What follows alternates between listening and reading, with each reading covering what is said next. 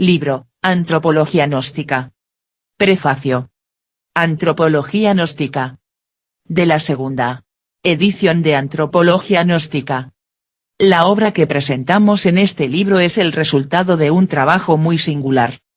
No se trata de un texto elaborado, corregido y reconstruido por su autor hasta conferirle una forma definitiva tras sucesivos borradores preliminares. Es la recopilación de un ciclo de conferencias ofrecido por el V.M. Samael Aun Weor en los últimos años de su dilatada labor docente e investigadora.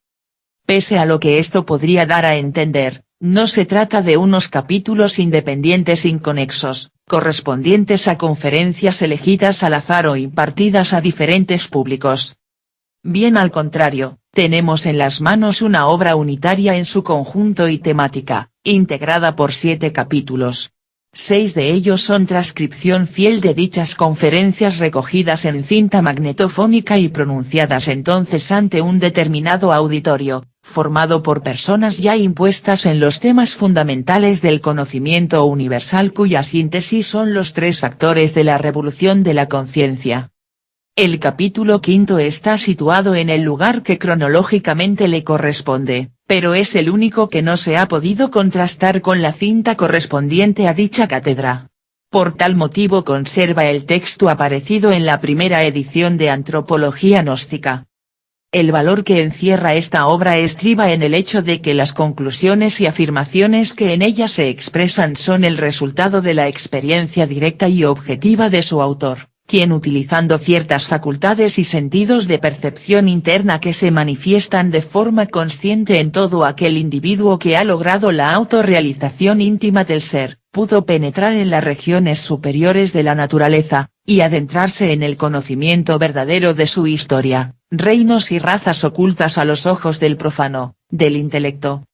Nuestra primera edición de Antropología gnóstica aparece en octubre de 1980. Con un texto elaborado a partir de las transcripciones de los originales de que disponíamos en tales momentos, los cuales, al cotejarlos con las cintas se ha comprobado que, aun sin alterar el contenido, presentaban en unos casos un texto más arreglado que era adaptación a las formas de expresión más depuradas del lenguaje escrito. El interés despertado con la primera edición de Antropología gnóstica y la preocupación de respetar al máximo las palabras del V.M. Samael Aun Weor en las cintas recopiladas, nos ha llevado a disponer esta segunda edición que ahora presentamos. La obra que el lector tiene en sus manos, nada tiene que ver con las tinieblas a las que conduce tanta erudición libresca, con tantas teorías como existen. La antropología gnóstica demuestra con hechos innegables la falsedad de las teorías de la antropología materialista, como el origen del hombre mediante el dogma de la evolución, y establece unas nuevas bases para comprender la verdadera historia de la humanidad. ¿De dónde venimos? ¿Hacia dónde vamos? ¿Cuál es el verdadero origen del hombre? ¿Quiénes fueron y qué se hizo de las civilizaciones desaparecidas? La antropología gnóstica nos devela el misterio. Realmente es una obra muy singular. Antropología gnóstica. Como quiera que los estudios gnósticos han progresado extraordinariamente en estos últimos tiempos, ninguna persona culta caería hoy como antaño, en el error simplista de hacer surgir las corrientes gnósticas de alguna exclusiva latitud espiritual. Si bien es cierto que debemos tener en cuenta en cualquier sistema gnóstico sus elementos helenísticos orientales, incluyendo Persia, Mesopotamia, Siria, India, Palestina, Egipto, etc., nunca deberíamos ignorar los principios gnósticos perceptibles en los sublimes cultos religiosos de los nahuas, toltecas, aztecas, zapotecas, mayas, chibchas, incas, quechuas, etc., etc., etc., de Indoamérica. Hablando muy francamente y sin ambajes diremos, la gnosis es un funcionalismo muy natural de la conciencia, una filosofía perennis et universalis. Incuestionablemente, gnosis es el conocimiento superior de las cosas. La palabra gnosticismo encierra dentro de su estructura gramatical, la idea de sistemas o corrientes dedicadas al estudio de la gnosis. Este gnosticismo implica una serie coherente, clara, precisa, de elementos fundamentales, verificables mediante la experiencia mística directa, la maldición desde un punto de vista científico-filosófico, el Adán y Eva del Génesis hebraico, el pecado original y la salida del paraíso, el misterio de Lucifer Nahuatl, la muerte del mí mismo, los poderes creadores, la esencia del Salvator Salvandus, los misterios sexuales, el Cristo íntimo, la serpiente ignea de nuestros mágicos poderes, el descenso a los infiernos, el regreso al Edén, el don de Mefistófeles, etc. Solo las doctrinas gnósticas que impliquen los fundamentos ontológicos, teológicos y antropológicos renglones arriba citados, forman parte del gnosticismo auténtico. Pregnóstico es aquel que en forma concreta, evidente y específica presente algún carácter de cierta manera detectable en los sistemas gnósticos, pero integrado ese aspecto en una concepción in toto ajena al gnosticismo revolucionario. Pensamiento que ciertamente no es y sin embargo es gnóstico. Lo protognóstico es todo sistema gnóstico en estado incipiente y germinal, movimientos dirigidos por una actitud muy similar a la que caracteriza a las corrientes gnósticas definidas. El adjetivo gnóstico puede y hasta debe ser aplicado inteligentemente tanto a concepciones que en una u otra forma se relacionen con la gnosis como al gnosticismo. El término gnostizante incuestionablemente se encuentra muy cerca a pregnóstico por su significación, ya que el vocablo en realidad, stricto sensu, se relaciona con aspectos intrínsecos que poseen cierta similitud con el gnosticismo universal pero integrados en una corriente no definida como gnosis. Establecidas firmemente estas aclaraciones semánticas, pasemos ahora a definir con entera claridad meridiana el gnosticismo. No está de más en este tratado aclarar en forma enfática, que el gnosticismo es un proceso muy íntimo, natural y profundo. Esoterismo auténtico de fondo desenvolviéndose de instante en instante, con vivencias místicas muy particulares. Doctrina extraordinaria que fundamentalmente adopta la forma mística y, a veces, mitológica. Incuestionablemente, el conocimiento gnóstico escapa siempre a los normales análisis del racionalismo subjetivo. El correlato de este conocimiento es la intimidad infinita de persona, el ser. La razón de ser del ser es el mismo ser. Solo el ser puede conocerse a sí mismo. El ser, por lo tanto, se autoconoce en la gnosis. El ser revaluándose y conociéndose a sí mismo es la autognosis, indudablemente esta última en sí misma es la gnosis. El autoconocimiento del ser es un movimiento suprarracional que depende de él, que nada tiene que ver con el intelectualismo. El abismo que existe entre el ser y el yo es infranqueable y por esto el pneuma el espíritu, se reconoce y este reconocerse es un acto autónomo para el que la razón subjetiva del mamífero intelectual resulta ineficaz, insuficiente, terriblemente pobre. Autoconocimiento y autognosis, implica la aniquilación del yo como trabajo previo, urgente, impostergable. El yo, el ego, Está constituido por sumas y restas de elementos subjetivos, inhumanos, bestiales, que incuestionablemente tienen un principio y un fin. La esencia, la conciencia, embutida, embotellada, enfrascada entre los diversos elementos que constituyen el mí mismo, el ego, desafortunadamente se procesa dolorosamente en virtud de su propio condicionamiento. Disolviendo, el yo psicológico, la esencia, la conciencia, despierta, se ilumina, se libera, entonces deviene como secuencia o corolario, autoconocimiento, la autognosis. Indubitablemente, la revelación legítima tiene sus basamentos irrefutables, irrebatibles, en la autognosis. La revelación gnóstica es siempre inmediata, directa, intuitiva, excluye radicalmente las operaciones intelectuales de tipo subjetivo, nada tiene que ver con la experiencia y ensamble de datos fundamentalmente sensoriales. La inteligencia o nous en su sentido gnoseológico, si bien es cierto que puede servir de basamento a la intelección iluminada, se niega rotundamente a caer en el vano intelectualismo. Resultan palmarias y evidentes las características ontológicas, pneumáticas o espirituales del nous, inteligencia.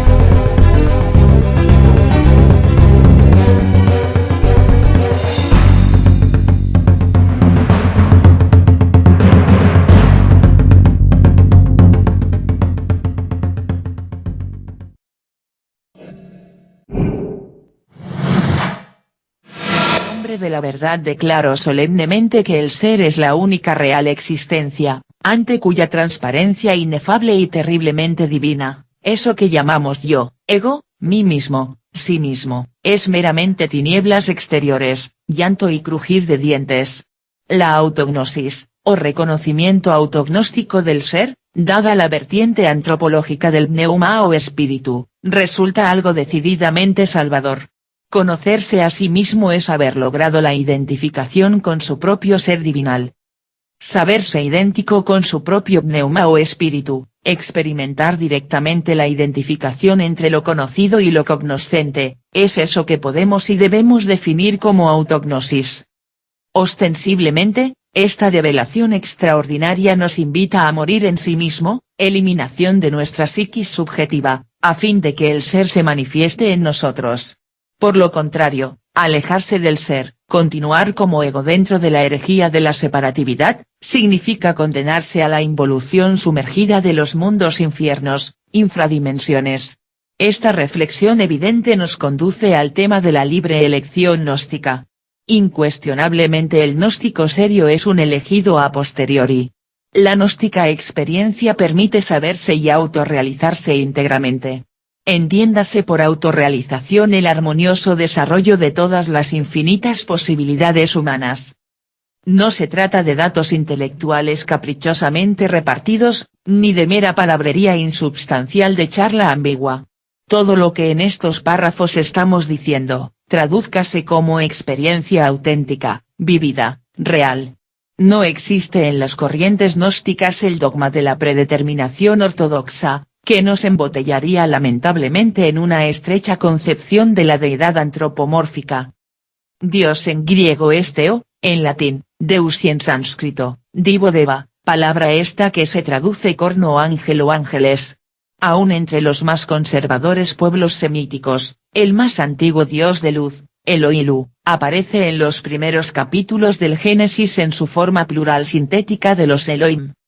Dios no es ningún individuo humano o divino en particular, Dios es Dioses. Él es el ejército de la voz, la gran palabra, el verbo del Evangelio de San Juan, el Logos creador, unidad múltiple perfecta. Autoconocerse y realizarse en el horizonte de las infinitas posibilidades, implica el ingreso o reingreso a la hueste creadora de los Elohim.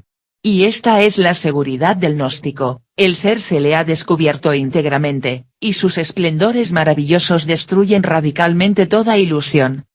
Si se posee la gnosis de los grandes misterios arcaicos, es porque el dinamismo revelador del ser, algunos hombres muy santos lograron aproximarse debido a su lealtad doctrinaria.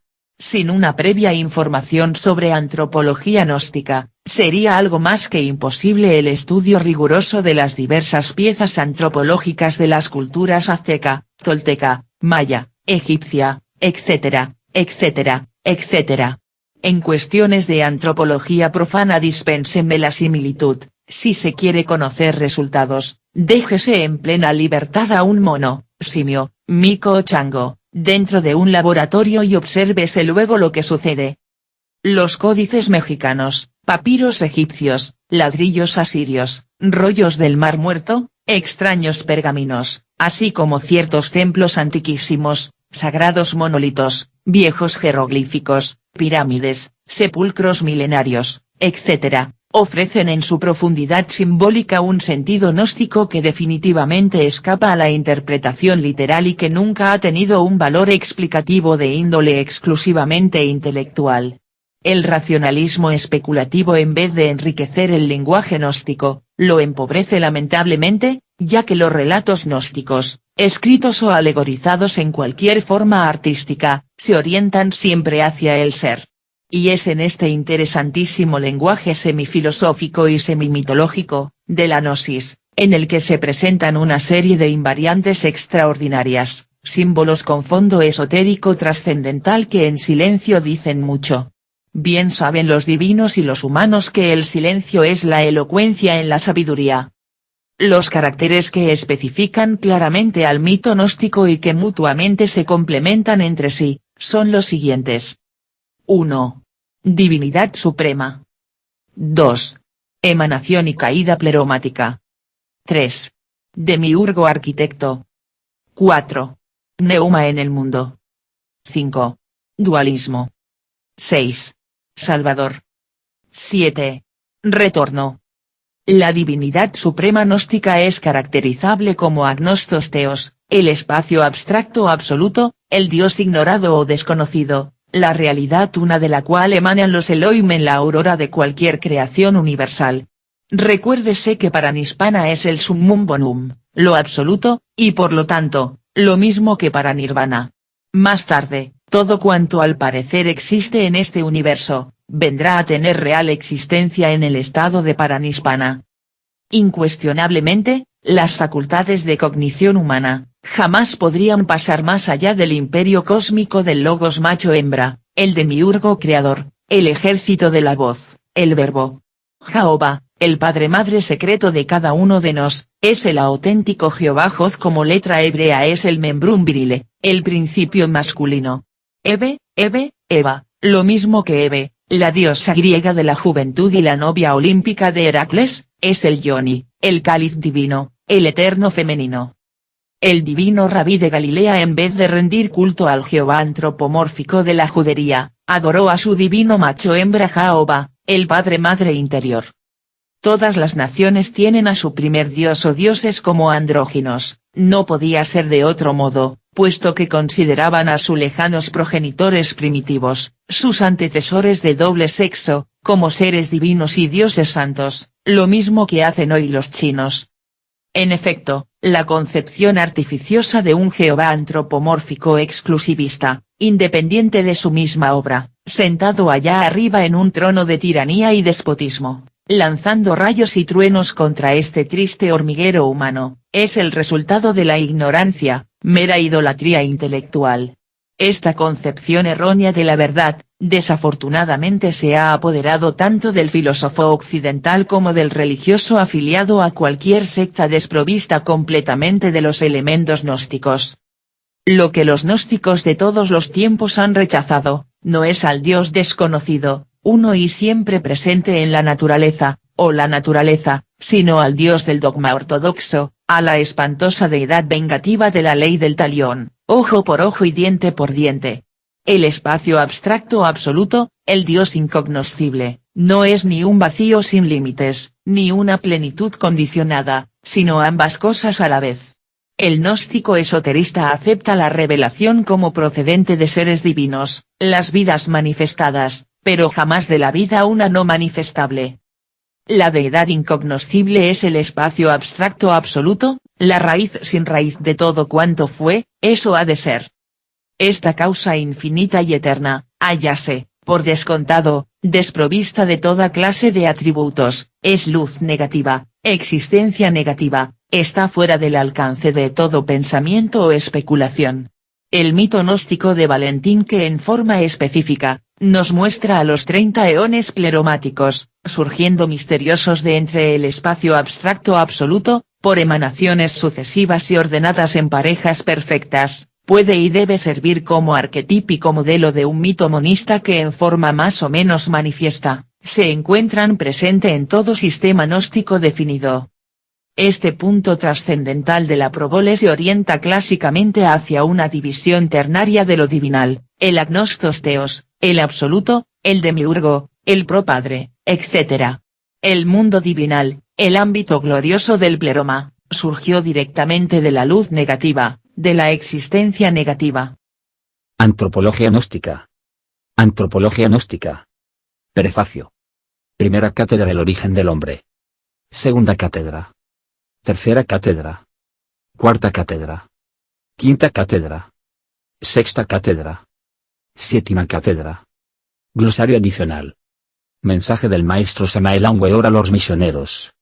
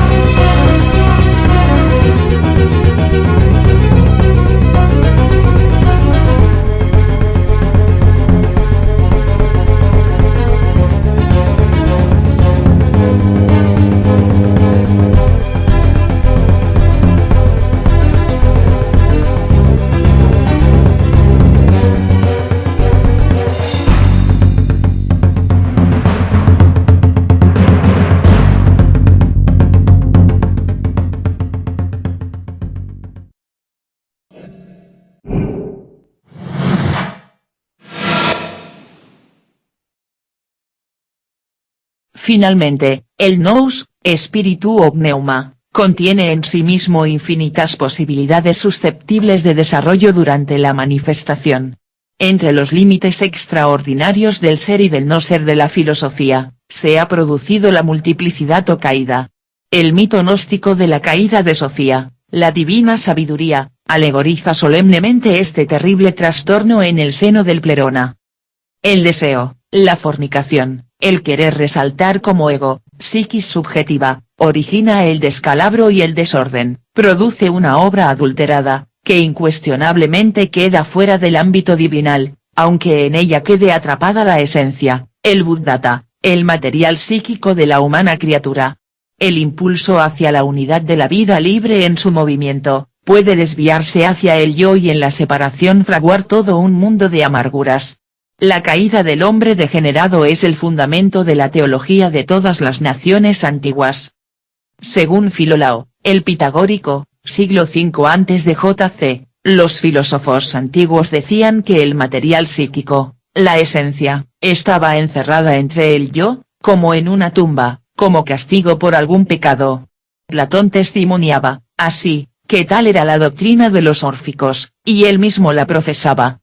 El deseo desmedido, el trastrocamiento del régimen de la emanación conduce al fracaso. El autor del mundo de las formas es, pues, un grupo místico de creadores macho-hembra o dioses dobles como Tlaloc, el dios de las lluvias y de los rayos, y su esposa Chalchiutlicue, la de la falda de jade, en los panteones mayas, aztecas, olmecas, zapotecas, etc., etc., etc. En la palabra Elohim, Elohim, encontramos una clave trascendental que nos invita a la reflexión. Ciertamente Elohim con J se traduce como Dios en las diversas versiones autorizadas y revisadas de la Biblia. Es un hecho incontrovertible no solamente desde el punto de vista esotérico, sino también lingüístico, que el término Elohim es un nombre femenino con una terminación plural masculina. La traducción correcta estricto sensu del nombre Elohim o mejor dijéramos Elohim, pues en hebreo la H suena como J, es diosas y dioses. y el espíritu de los principios masculino y femenino se cernía sobre la superficie de lo informe, y la creación tuvo lugar. El culto idolátrico del Jehová antropomórfico en vez de Elohim es ciertamente un poderoso impedimento para el logro de los estados conscientivos supranormales.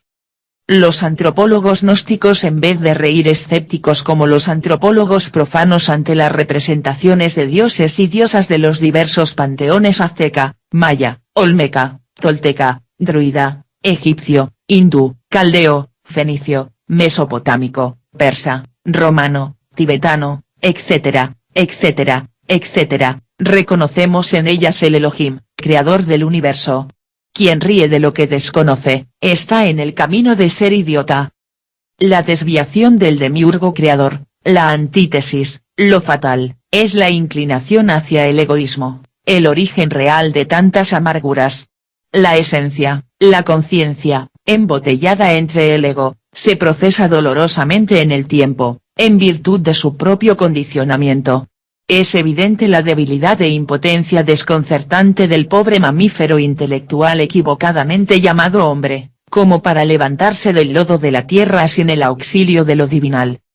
Solo el rayo ígneo, imperecedero, encerrado en el fondo de la sustancia oscura, informe y frígida, puede reducir al yo psicológico a polvareda cósmica para liberar la conciencia, la esencia, sabiduría. Con palabras ardientes declaramos, únicamente el hálito divino, puede reincorporarnos en la verdad, sin embargo, esto solo es posible a base de trabajos conscientes y padecimientos voluntarios. La posesión específica de la gnosis va siempre acompañada de cierta actitud de extranjería o extrañeza ante este mundo mayábico, ilusorio. El gnóstico auténtico quiere un cambio definitivo, siente íntimamente los secretos impulsos del ser, de aquí su angustia, rechazo y embarazo, ante los diversos elementos inhumanos que constituyen el yo. Quien anhela perderse en el ser, carga la condena y el espanto ante los horrores del mí mismo. Contemplarse como un momento de la totalidad, es saberse infinito y rechazar con todas las fuerzas del ser el egoísmo asqueante de la separatividad. Dos estados psicológicos se abren ante el gnóstico definido. A. El del ser, transparente, cristalino, impersonal, real y verdadero. B. El del yo, conjunto de agregados psíquicos personificando defectos, cuya sola razón de existir es la ignorancia. Yo superior y yo inferior, son tan solo dos secciones de una misma cosa, aspectos distintos del mí mismo, variadas facetas de lo infernal psiquis subjetiva. Es pues, el siniestro, izquierdo y tenebroso yo superior, medio o inferior, suma, resta y multiplicación continua de agregados psíquicos inhumanos. El denominado yo superior es ciertamente una triquiñuela del mí mismo, un ardid intelectual del ego que busca escapatorias para continuar existiendo, una forma muy sutil del autoengaño. El yo es una obra horripilante de muchos tomos, el resultado de innumerables ayeres, un nudo fatal que hay que desatar. La autoalabanza egoica, el culto al yo, la sobreestimación al mí mismo, es paranoia, idolatría de la peor especie. La gnosis es revelación o develación, aspiración refinada, sintetismo conceptual, máximos logros. Sin la gracia divina, sin el auxilio extraordinario del hálito sagrado, la autognosis, la autorrealización íntima del ser, resultaría algo más que imposible. Autosalvarse es lo indicado y esto exige plena identificación del que salva y de lo que es salvado. Lo divino que habita en el fondo del alma, la auténtica y legítima facultad cognoscente, aniquila al ego y absorbe en su parousia, a la esencia y en total iluminación la salva. Este es el tema del Salvator Salvandus. El gnóstico que ha sido salvado de las aguas, ha cerrado el ciclo de las amarguras infinitas, ha franqueado el límite que separa el ámbito inefable del pleroma, de las regiones inferiores del universo, se ha escapado valientemente del imperio del demiurgo porque ha reducido al ego a polvareda cósmica.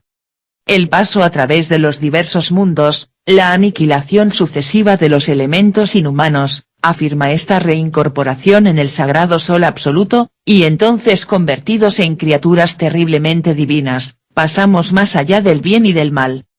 La revolución de la conciencia se sintetiza en 3 factores primordiales. 1. Morir, eliminación de la psiquis subjetiva. 2. Nacer, nacimiento segundo con la alquimia sexual.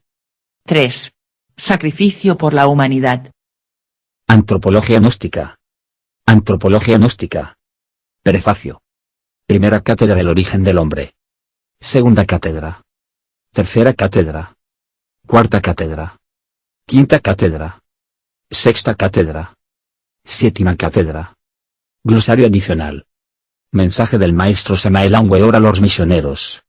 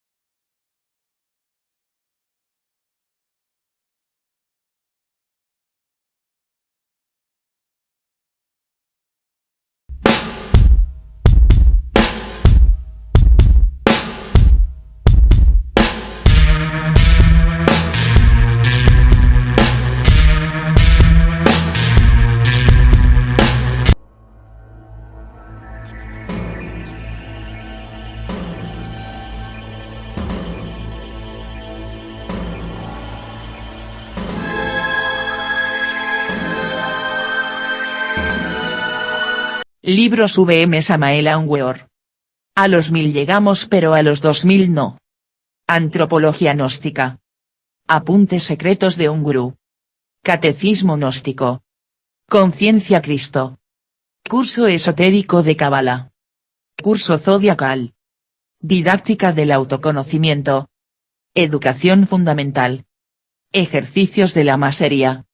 El Cristo social. El libro amarillo. El libro de los muertos. El matrimonio perfecto. El matrimonio perfecto, de Kinder. El Magnus Opus. El mensaje de Acuario. Introducción a la Gnosis. La caridad universal. La gran rebelión. La montaña de la Juratena. La revolución de Bell. La revolución de la dialéctica. La Pistis Sofía de Velada. La transformación social de la humanidad. La Virgen del Carmen. Tratado de alquimia sexual. Tratado esotérico de astrología hermética. Las escuelas esotéricas. Las naves cósmicas. Las 7 palabras. Logos, mantram, teurgia. Los misterios de la vida y de la muerte. Los misterios del fuego. Los misterios mayas. Los misterios mayores. Los planetas metálicos de la alquimia. Magia crística azteca. Manual de magia práctica. Más allá de la muerte. Matrimonio, divorcio y tantrismo. Tratado de medicina oculta y magia práctica. Mirando al misterio. Nociones fundamentales de endocrinología y criminología. Para los pocos. Plataforma del Poscla. Platillos voladores. Rosa ígnea. Tarot y Cábala. Tratado esotérico de teurgia. Voluntad Cristo. Gran Manifiesto Gnóstico 1972. Gnosis en el siglo XX. La liberación de la conciencia, mensaje de Navidad 1964-1965. Mensaje de Navidad 1965-1966. El collar del Buda. Los cuerpos solares. Tratado esotérico de magia rúnica. Mi regreso al Tíbet. El Parsifal develado. El misterio del áureo florecer. Las 3 montañas. Sí, hay infierno, sí, hay diablo, sí, hay karma. La doctrina secreta de Anáhuac. Psicología revolucionaria. El quinto evangelio.